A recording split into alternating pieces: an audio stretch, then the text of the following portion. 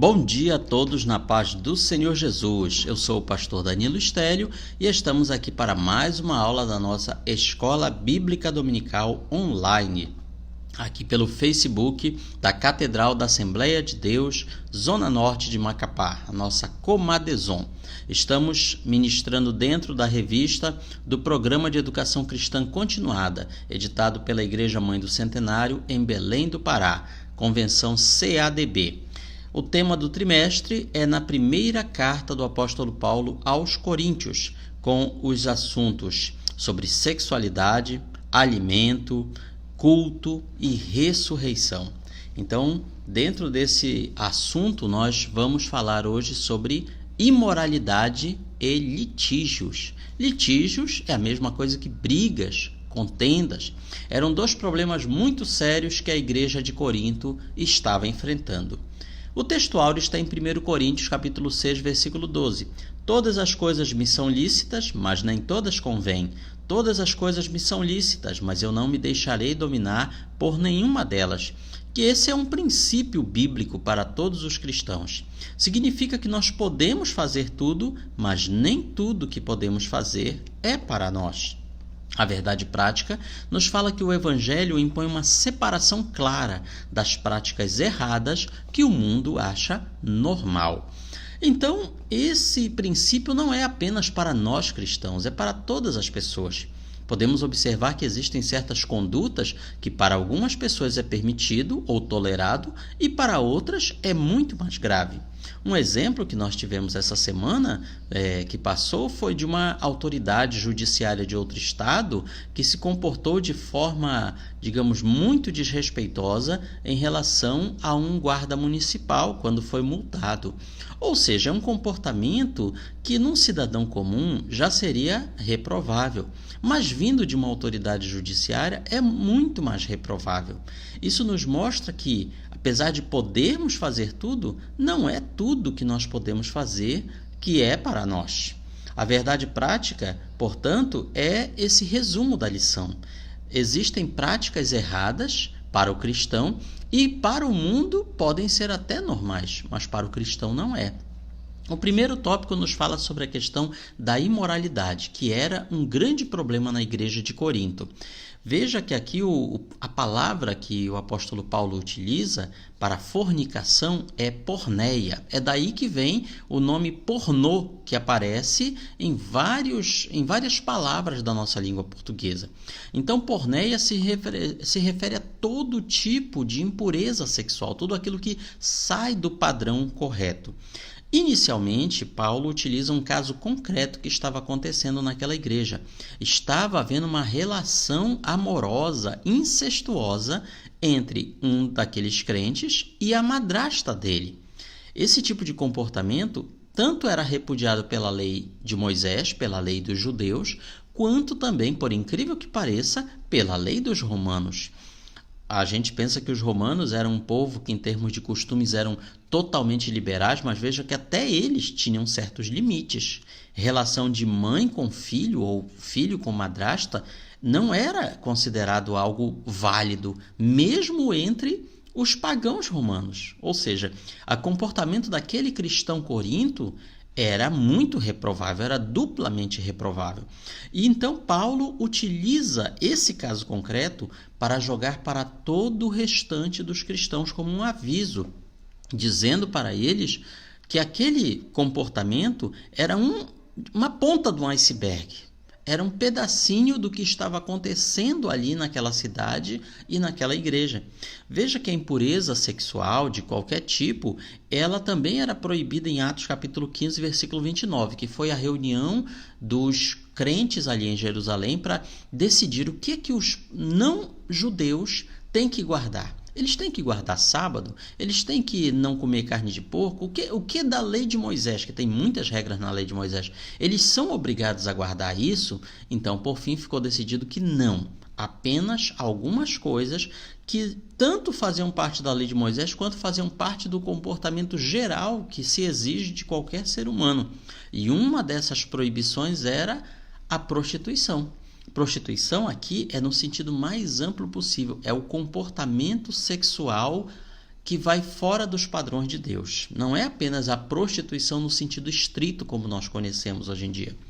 O primeiro item, Paulo começa repreendendo sobre essa imoralidade que estava havendo lá entre os crentes de Corinto. Haver quem se atreva a possuir a mulher de seu próprio pai, ou seja, a sua madrasta.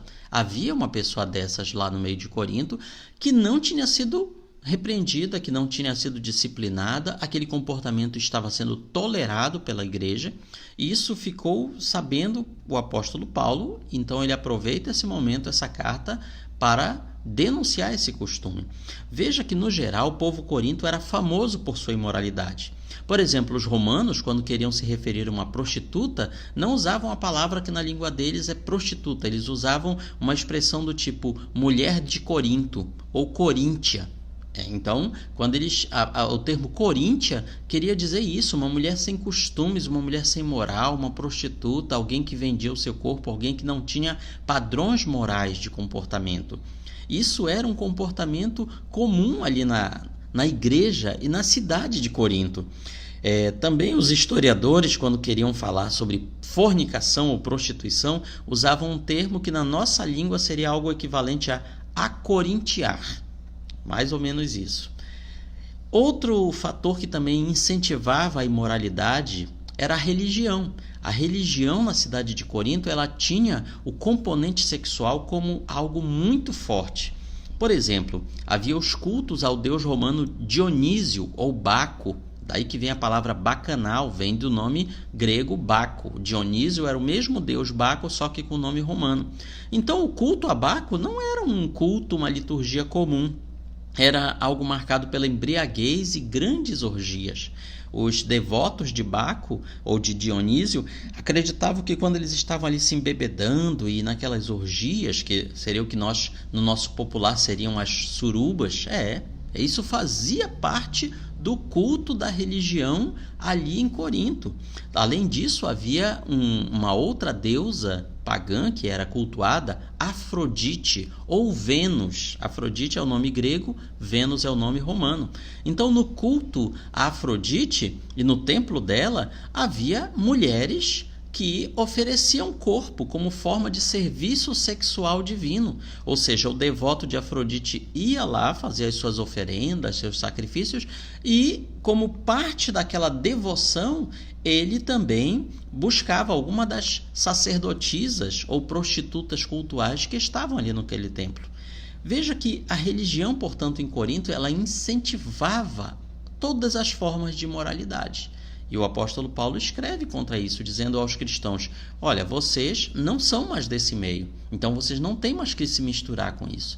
Veja que não é muito diferente dos dias de hoje, em que o comportamento sexual desregrado, ele é incentivado, não seria tanto pela religião, mas pela sociedade em si.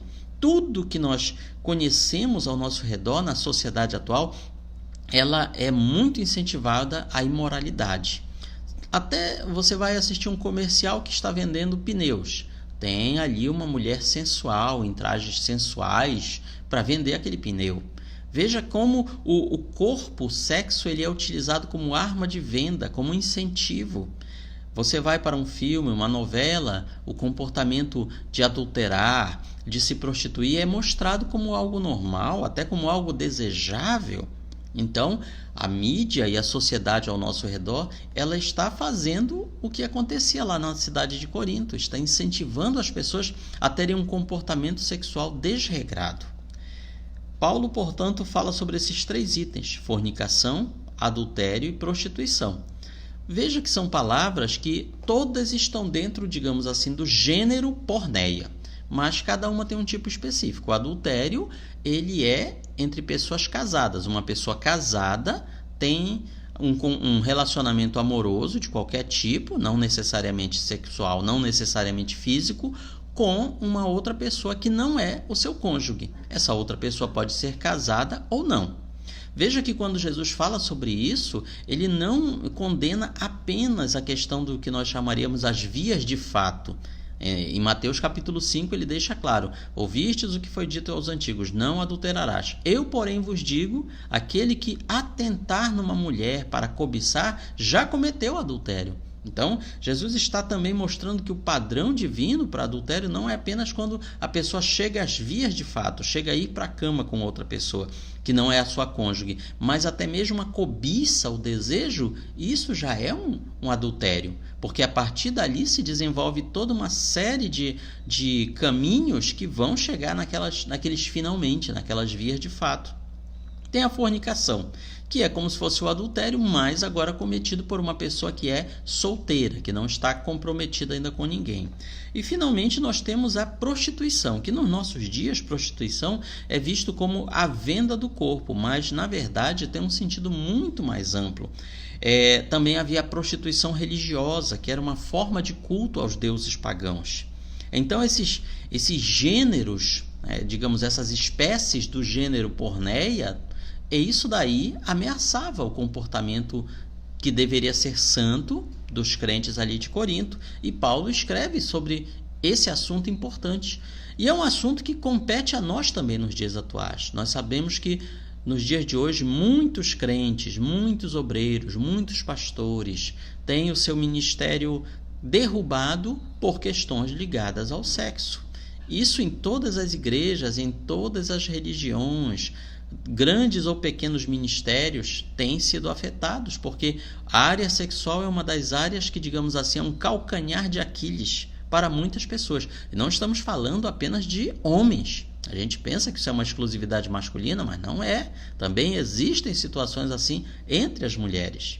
Então Paulo fala aos coríntios: lançai fora o velho fermento, para que sejais nova massa, como sois de fato sem fermento, pois também Cristo, nosso Cordeiro Pascual, foi imolado. Fermento aí é uma palavra que representa o pecado. Veja que durante a festa dos pães asmos, uma festa judaica, durante 7 dias eles comiam apenas pães sem fermento, representando que eles deveriam ter uma vida santa, sem pecado. Então Paulo está utilizando essa analogia para dizer que nós devemos ser uma nova massa, uma massa sem fermento, uma massa sem pecado, representando aqui a purificação de qualquer tipo de impureza. Jesus também usou várias vezes o fermento como símbolo do pecado, como em Lucas capítulo 12, versículo 1, quando ele fala aos seus discípulos: tomem cuidado com o fermento dos fariseus. E aí os discípulos não entenderam na hora.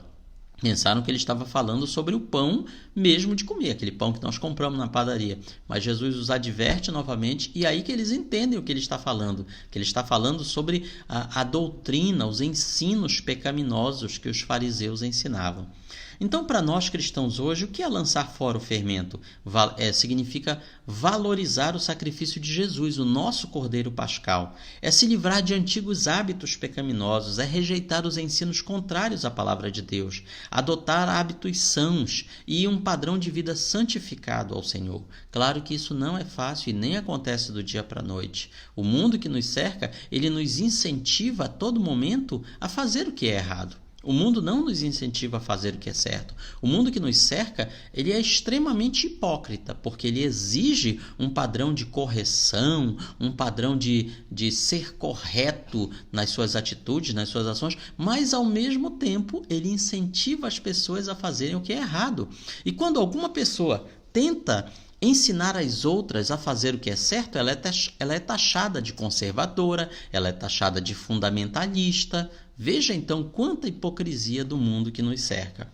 O segundo tópico fala sobre as associações perigosas. Já em carta vos escrevi que não vos associasseis com os impuros. O que quer dizer isso? Paulo está dizendo: se afastem das pessoas que não querem levar uma vida correta. Se afastem das pessoas que estão tendo uma vida cheia de pecado. Não se associem com essas pessoas, se afastem delas. Deixem de ter relações de amizade, de conhecimento com essas pessoas, porque elas vão levar vocês para o mau caminho.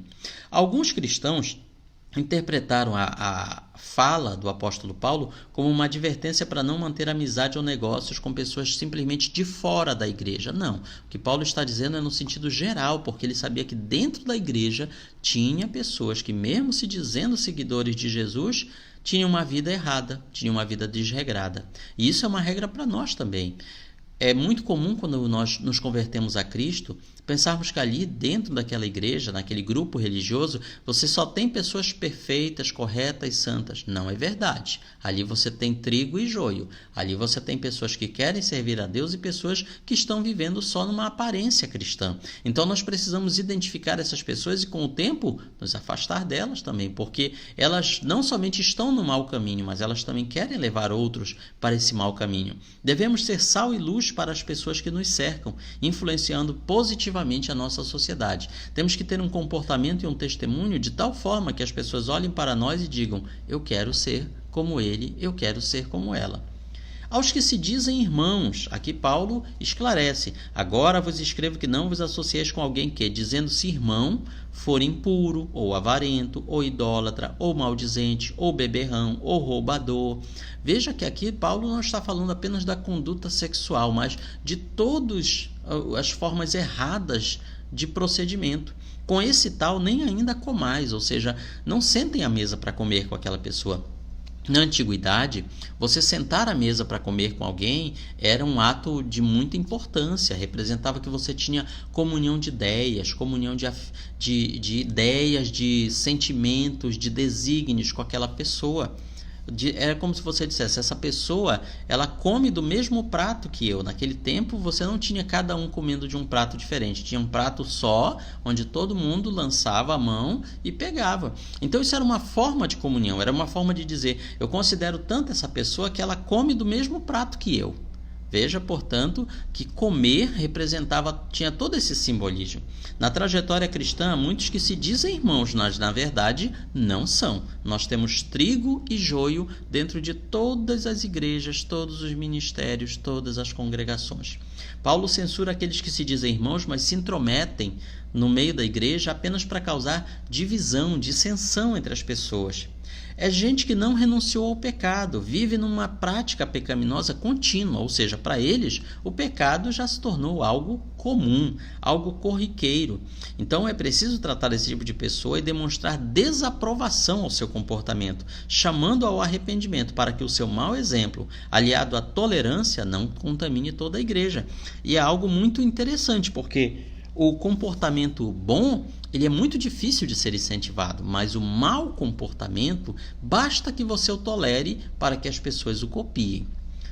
O terceiro item fala de afastar o malfeitor. Os de fora, porém, Deus os julgará. Ou seja, as pessoas que vivem daquela forma pecaminosa e não são cristãs, é Deus que vai julgá-las. Expulsai, pois, de entre vós o malfeitor. Então Paulo está dizendo: não se preocupem com os pecadores que estão de fora da igreja, que não querem seguir a Cristo. Se preocupem com aqueles que se dizem cristãos, que estão no meio de vocês, mas insistem em viver de forma pecaminosa. Então expulsem essa pessoa.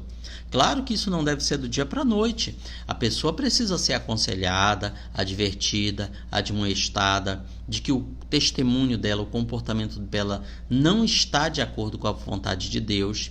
Então, a partir do momento que ela realmente não muda, então, olha, a partir de agora você está tirado de comunhão, você está disciplinado, você não é mais considerado um membro da igreja. Você pode até vir à igreja, sentar no banco ali, mas você não é um membro.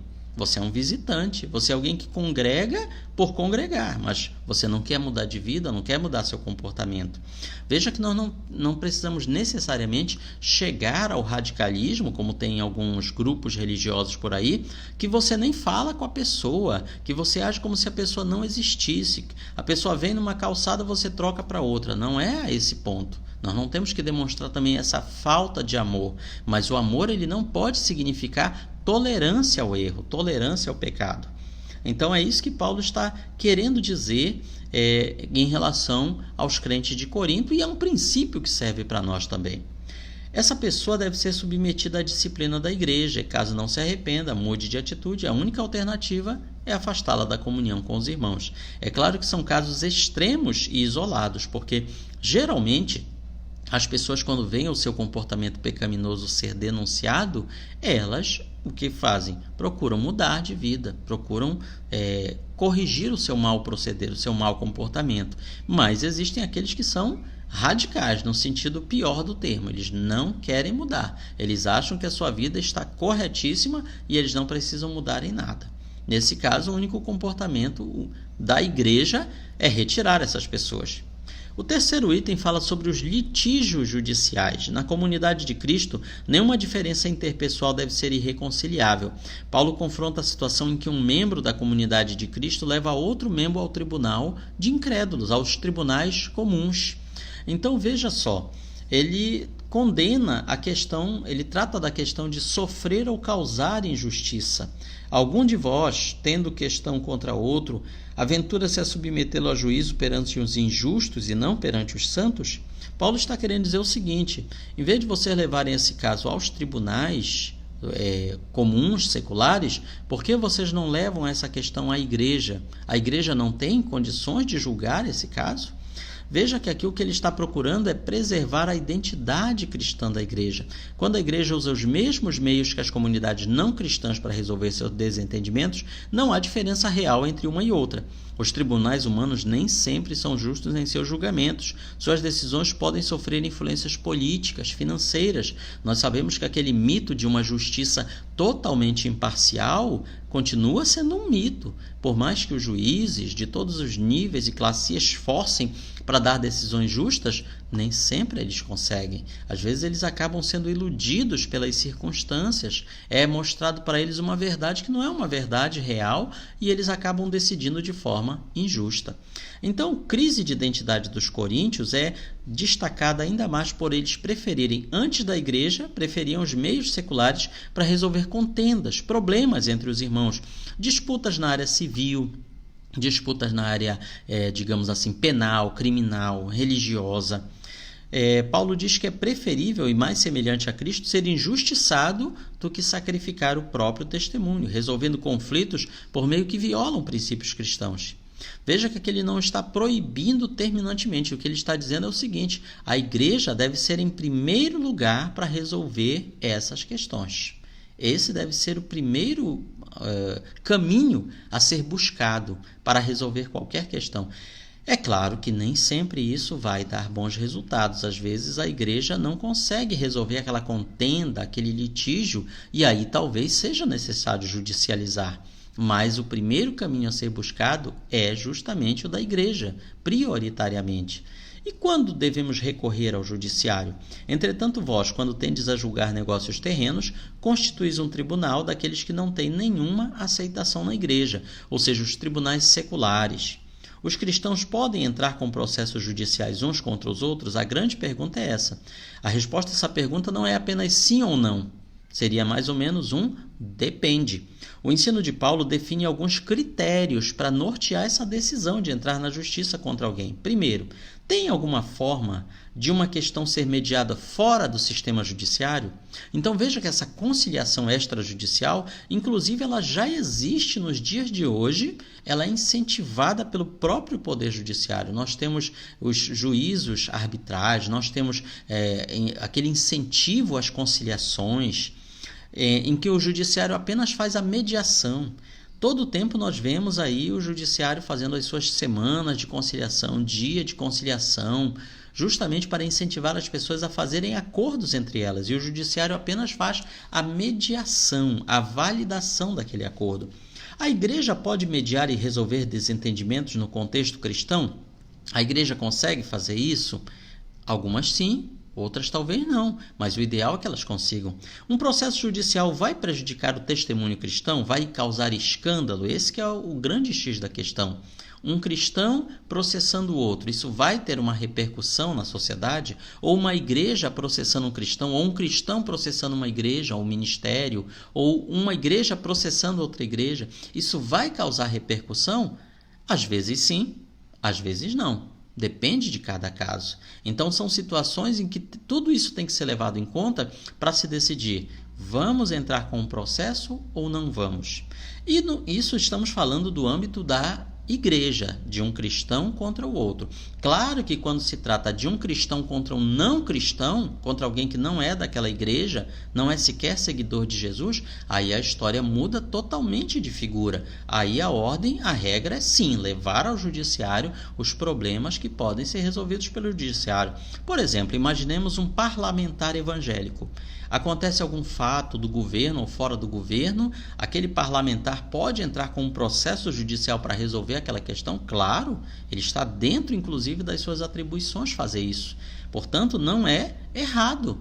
O que nós estamos falando aqui, o que Paulo trata, são os processos judiciais entre os crentes, entre os irmãos. O objetivo é vencer a disputa ou resolver uma questão mais ampla, a fim de promover a paz e a unidade? Porque muitas vezes o processo judicial ele serve apenas como uma espécie de vingança pública. Eu quero me vingar daquela pessoa de alguma maneira, então eu entro com um processo judicial contra ela. De acordo com o ensino de Cristo, é preferível algumas vezes você abrir mão de direitos ou sofrer injustiça a cometer injustiça contra um irmão em Cristo. Estamos falando isso dentro do âmbito da igreja, dentro do âmbito dos cristãos, repetimos. Só em última instância, após esgotada todas as possibilidades cristãs, é que se recorre à justiça humana. Claro que aqui o nosso comentarista ele não toca nesse assunto, mas e se for um caso de um crime na esfera penal? Por exemplo, um homicídio, um estupro. O que acontece? A igreja tem como resolver essas situações? Não. A igreja não tem como resolver essas situações. A igreja pode ajudar a curar as feridas dos envolvidos, tanto da vítima quanto do ofensor. Mas a igreja não pode trazer a punição que é necessária. Então, nesses casos, eles não têm que ser acobertados pela igreja, eles têm sim que ser levados às autoridades. Não temos nenhum mérito, não temos nenhum elogio àquelas igrejas, àqueles ministérios que quando algum dos seus membros ou obreiros, seja quem for, comete algum crime mesmo na esfera penal, eles acobertam. Eles passam o pano, cobrem, não levam ao conhecimento da justiça dos homens, e isso está errado. Deus colocou os tribunais e a justiça justamente para isso. Até porque quando um cristão chega a cometer um homicídio, chega a cometer um estupro, por exemplo, chega a se envolver com tráfico de drogas, então ele sabe muito bem que está cometendo um crime. E pelo crime ele merece a punição que a lei diz que ele merece. A fé e a vida andam juntas. Aqui Paulo coloca o famoso princípio: você pode tudo, mas nem tudo é para você. Você pode tudo, mas você não pode se deixar dominar por qualquer coisa que seja. Aqui é um sentido muito amplo, aqui é um princípio muito amplo. Não podemos separar a vida espiritual da material. Não podemos colocar a nossa vida religiosa numa caixinha e a vida secular em outra caixinha, como se elas não tivessem nada a ver uma com a outra. A nossa vida secular influencia a nossa religião e a nossa religião tem que influenciar a nossa vida secular também. Paulo está dizendo que o Espírito Santo habita no nosso corpo. E há dois conselhos para a igreja, um negativo e outro positivo. Conselho negativo: fujam da impureza. Impureza. O que é impureza? É só você ver o contrário. O que é pureza? O que é pureza todo mundo sabe. Fulano é puro. Então, até não é um conceito que você precisa explicar. É algo que nós já entendemos de forma intuitiva. O que é pureza? Então, o que é impureza? É o contrário da pureza. Tudo aquilo que de alguma maneira mancha o caráter das pessoas. Nós temos que fugir da impureza. Claro que isso aqui não está falando apenas da área sexual, mas em toda a nossa conduta. A Bíblia nunca nos manda resistir, mas simplesmente fugir, se afastar daquela situação. Parece que nesse ponto da questão sexual especificamente, nós humanos somos muito fracos. Nós não temos condição de enfrentar aquilo. Veja o exemplo de José, quando confrontado com uma situação que o levaria a pecar na área sexual, o que é que ele faz? Ele foge, ele não está ali enfrentando, ele foge daquela situação, ele foge daquele confronto. Então esse é o conselho, evitar as situações que na área sexual de alguma maneira vão nos confrontar. Temos que admitir que fatalmente nós vamos cair nelas. Ser forte é fugir nesse caso. É um grande engano pensar que você conhece seus limites e sabe até onde pode ir e quando deve parar. Nós não sabemos. A Bíblia também nos manda resistir ao diabo. mas ao mesmo tempo fugir da impureza. E o conselho positivo é: glorificai a Deus no vosso corpo, ou seja, tudo que nós fazemos no nosso corpo deve ser para a glória de Deus. O nosso comportamento, as nossas ações, as nossas palavras, nossas atitudes, a nossa alimentação, tudo deve ser para glorificar a Deus, porque este corpo que Deus nos deu é o instrumento pelo qual a nossa alma, que não é matéria, a nossa alma não pode interagir neste mundo físico. A nossa alma não pode carregar um objeto, não pode folhear um livro, ela não pode. Ela só pode fazer isso através do corpo. Esse corpo físico, esse plano material, nós precisamos do corpo físico. Então nós temos que glorificar a Deus através do nosso corpo. Concluindo, a nossa aplicação pessoal é de que a Igreja de Cristo na Terra não deve ficar afastada dos pecadores, mas sim do pecado. Algumas vezes isso pode nos levar a nos afastar de determinados pecadores, sim, porque são pecadores, como nós diríamos, radicais, xiitas, empedernidos. Aquelas pessoas que não querem abandonar o pecado, não reconhecem o pecado como pecado e ainda por cima querem nos levar para o pecado. Então nós temos que nos afastar do pecado de todas as suas formas. Concluímos assim essa nossa lição. Desejamos a você uma semana repleta da bênção de Deus na sua vida.